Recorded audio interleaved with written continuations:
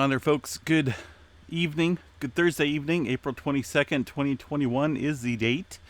7:43 p.m. West Coast time in California, where we have the latest quake on the globe, a 4.9 striking rather deep at 550, 4.9 earthquake, 550 kilometers below the surface, south of Fiji, in an area you really can't tell on this earthquake globe because they're kind of in sync with each other. Is that there's been a couple deep earthquakes within that same spot at the same depth as well, including some deeper movement up here south of Japan, where that 4.0 struck, producing another deep earthquake at 457 kilometers below the surface there. Taking a look on the map here, you can see that movement there in the Fiji Islands area. As we zoom in to this region, seeing quite a bit of significant deep earthquake activity, all for the most part below 530 kilometers or so, 565 for this one down here, this 4.2, and that latest one that struck on the red circle, 550 kilometers as well. So some significant deep movement taking place out there in the Pacific, along the area in between south of the Fiji Islands region, just west of Tonga, west of the Tonga Trench area, Samoa up here. These two quakes here pretty much right smack dab on one another, 4.4 and a 4.9 there, but some significant deep movement there going on. Areas up here to the north still seeing that deeper earthquake activity. So some major shifting going on below our feet, I should say, below our feet. Solomon Islands seeing a little bit of movement as well. Overall, a general increase in earthquake activity across the western Pacific here, in the Philippines Islands and south there in the Indonesia region.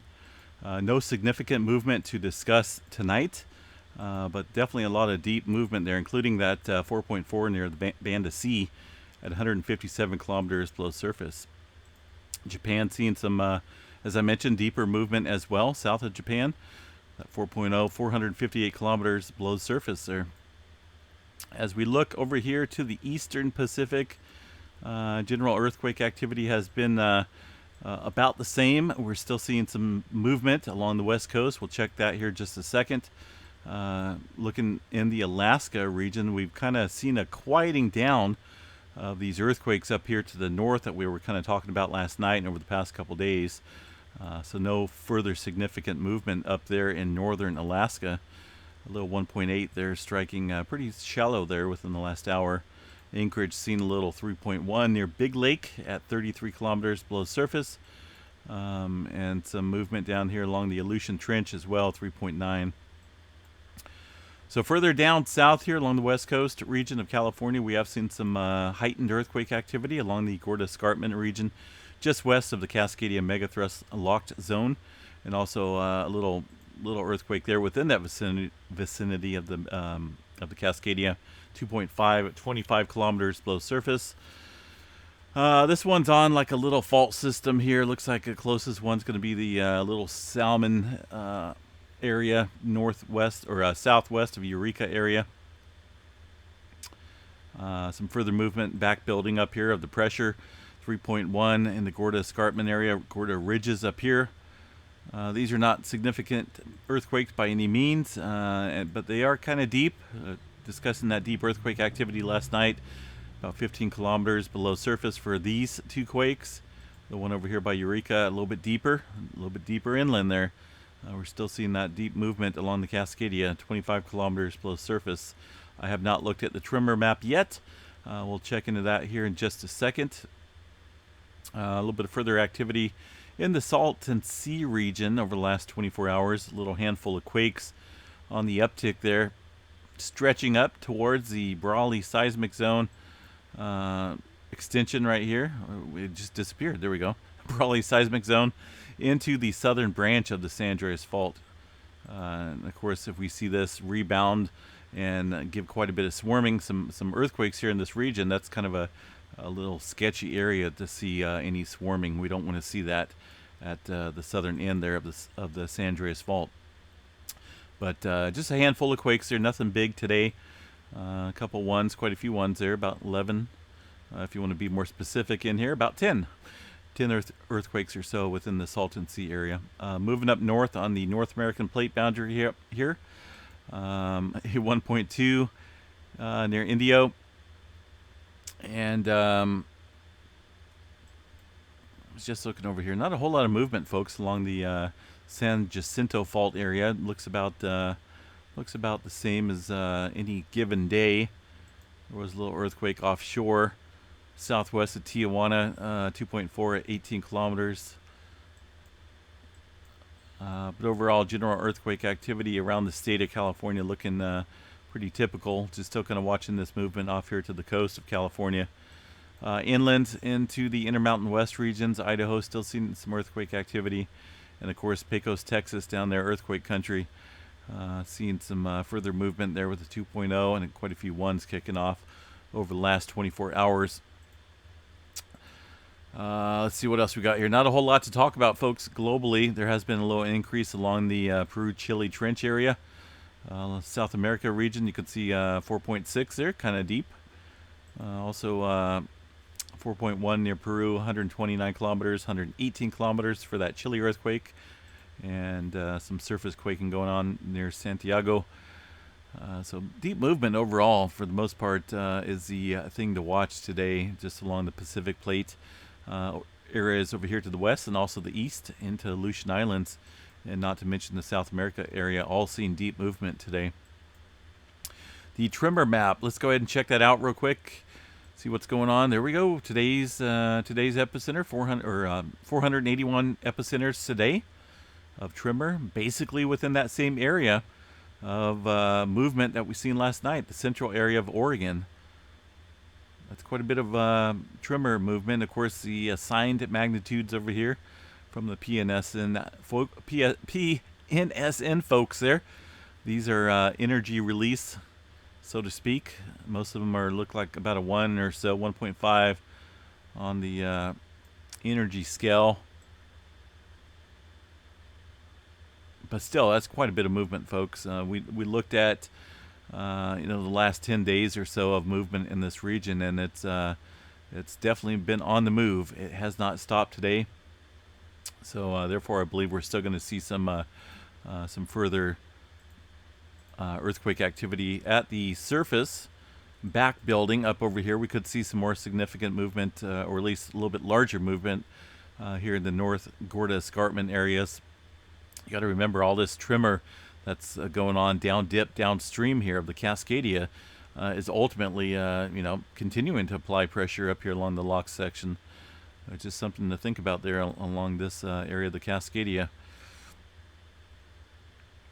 Let's see what else we got here, folks. Not a whole lot going on. Let's check Yellowstone National Park real quick. Something I like to cover, right? Nothing going on there again. I mean, it's just kind of surprising. We have not seen any significant swarming taking place here in the park. Pretty quiet. A little bit of solar storming coming our way. Looks like potentially on April 25th there, we got a good chance of seeing the Aurora Borealis, some geomagnetic storming there at middle latitudes at 40%. High latitudes seeing a 70% chance. Let's see here. So did have a CME following a C3 flare around sunspot AR 2816. Produced relatively faint, but a partial halo CME with a possible Earth-directed component.